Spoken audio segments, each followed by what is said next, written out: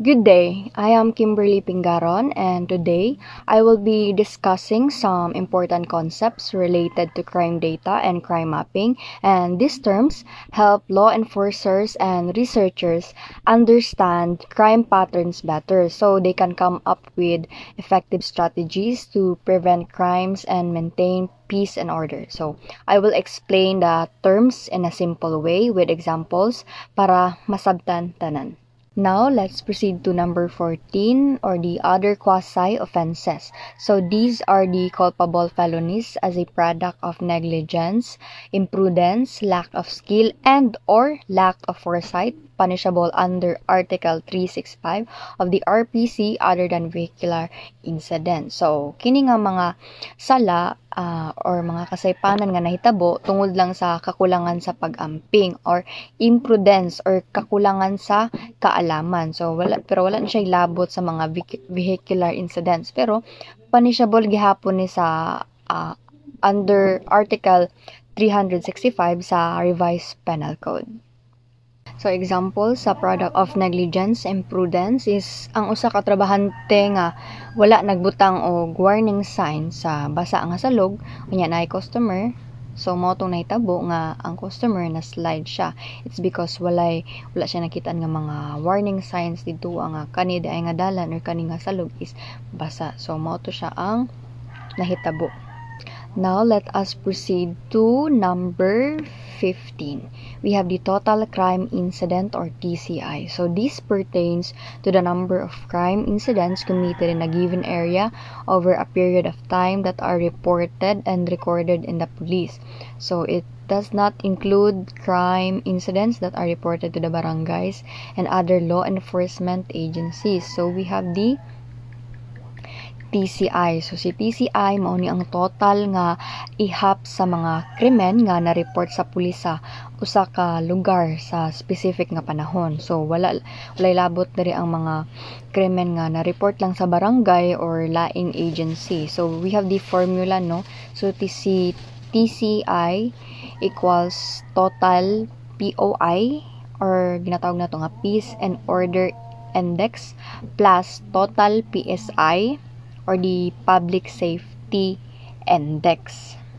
We have the examples. So, sa isa ka barangay na ay 10 ka cases sa theft or mo na siya ang POI o 5 cases sa physical injury or PSI ang na-report sa police. So, TCI equals 10 plus 5 equals 15 total crime incident. So, mo na siya ang formula sa number 15 na ginatawag na to nga total crime incidents. So, we have the number 16, population. It refers to the density of inhabitants in a given area.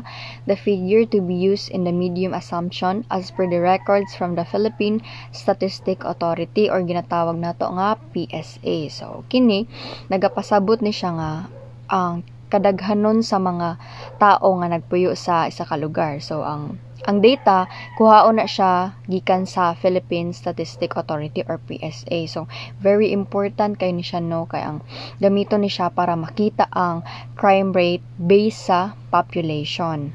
Example, ana no, is kung ang barangay A na siya'y 5,000 nga population o 25 ka crime incidents, ang crime rate ana is equals 25 over 5,000. So, equals 0.005 or 5 incidents per 1,000 people. Now, let us proceed to crime mapping techniques. So, first, we have the descriptive mapping. So, it's used to demonstrate the outcomes of analysis utilizing geographic units of analysis, police data, and statistics are provided. So, ginagamit ni siya para ipakita unsa ang result sa crime data pinaagi sa map or pinaagi sa mapa. So, ang mga data na gikan sa police or unsa kanusa og asa gipakita based ra po na siya sa lugar. So, example, sa isa ka mapa, nagpakita dito akong pila ka kaso sa theft ang nahitabo sa sa isa ka mga barangay or sa isa ka syudad.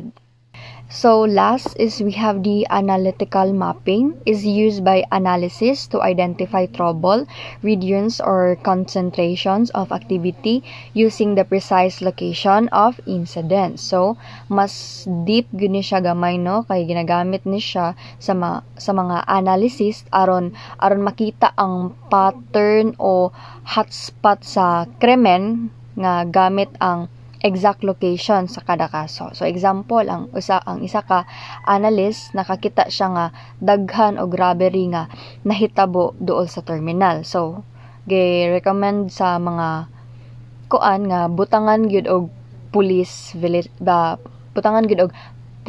visibility sa maong lugar. And that's all. Thank you.